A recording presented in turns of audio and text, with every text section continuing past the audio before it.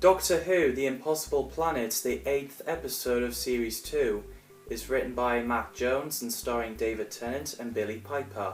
So the designing of the Ood originally was going to be Raxacoricofallapatorians, the same species as the Slitheen, which is Russell T Davis's idea.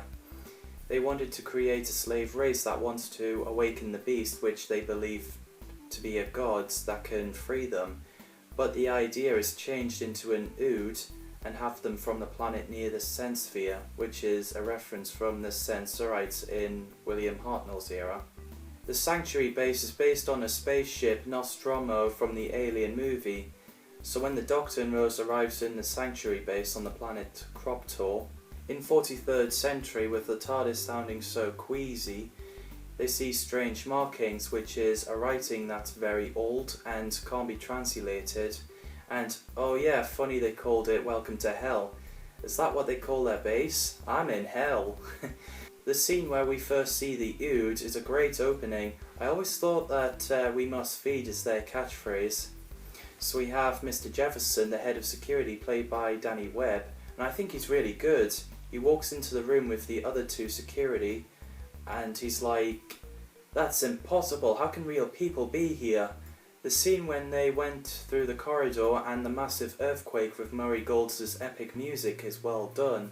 I liked Sean Parker's as Captain Zach Flame. He's really good. He's the leading captain since after his crew landed here because they've lost the captain. I also liked Claire Rushbrook as Ida Scott, and with her chemistry with the Doctor, they should bring her back. Danny Bartok, who's in charge of the Ood, and he's played by Ronnie Duty, he's really good as well. I liked when he's like, not as boring as it sounds, to make the science sound fun. And so is Will Thorpe as Toby Zed, the archaeologist who later gets possessed by the beast. Maianna Burning as Scooty Manista is great too.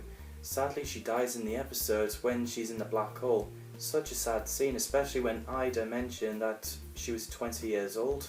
The Doctor's reaction and what he says about the black hole is handled really well. Indeed, he's right, they should be dead. I love the Doctor's line in this when he's like, "Hey Zach, just stand there cause I'm gonna hug you, is that alright?" Ah, human beings, you are amazing! Ha! But apart from that, you're completely mad. You should pack your bags and get back in that ship and fly for your lives. That's brilliant. Especially when Ida was like, "You can talk, and how the hell did you get here?" The moment the Doctor realised something is wrong, the floor that the TARDIS landed in has been, well, destroyed, and the TARDIS is somewhere outside. So yeah, it's sad for the Doctor and Rose that they're stranded there, especially when the Doctor mentioned that he promised Jackie he can always take Rose back home. At least the Doctor and Rose are together, which is the main thing. The Oods are a well-designed race, apparently because they have nothing to do for their lives. They just crave for being ordered about, which is sad when you think about it. I enjoyed when they played Maury Ravel's Bolero, which I think it fits in the mood. When the song cuts just like that while Toby Zed examines those fragments of the ancient scrolls through his microscope, when he hears the whisper saying, "Toby, I can see you." He thought it was Danny pranking him, but it turns out it was the devil. It's so scary when he's like, "Don't turn around, don't look at me or you will die, or I can touch you," and then Toby looks behind and there was nothing there.